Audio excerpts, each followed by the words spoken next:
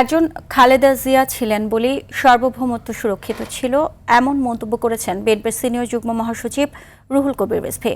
বলেন, ভারতের ঝাড়খণ্ড থেকে যে বিদ্যুৎ বাংলাদেশে আসছে সেই বিদ্যুৎ প্লান্টটি খোদ ভারত সরকারের পরিকল্পনা মন্ত্রণালয় বাতিল করে দিয়েছিল, কিন্তু ফ্যাসিবাদের সময় প্রকল্পটি বাংলাদেশের রামপালেও বাস্তবায়ন করা হয়েছে।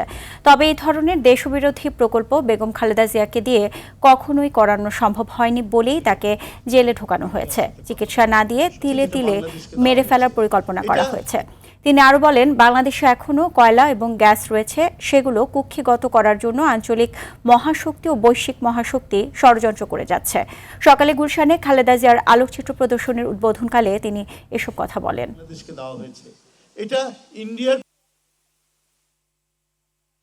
ঝাড়খণ্ডে যে কয়লা পুড়িয়ে যে বিদ্যুৎ তৈরি হচ্ছে, যেটা বাংলাদেশকে দেওয়া হয়েছে, এটা ইন্ডিয়ার প্ল্যানিং কমিশন এটা বাতিল করেছিল। বাংলাদেশের তৎকালীন নতজানু সরকার সেটি করেছে, কিন্তু বেগম জিয়া দুইবার প্রধানমন্ত্রী ছিলেন, তাকে দিয়ে তো এটা করানো সম্ভব হয়নি।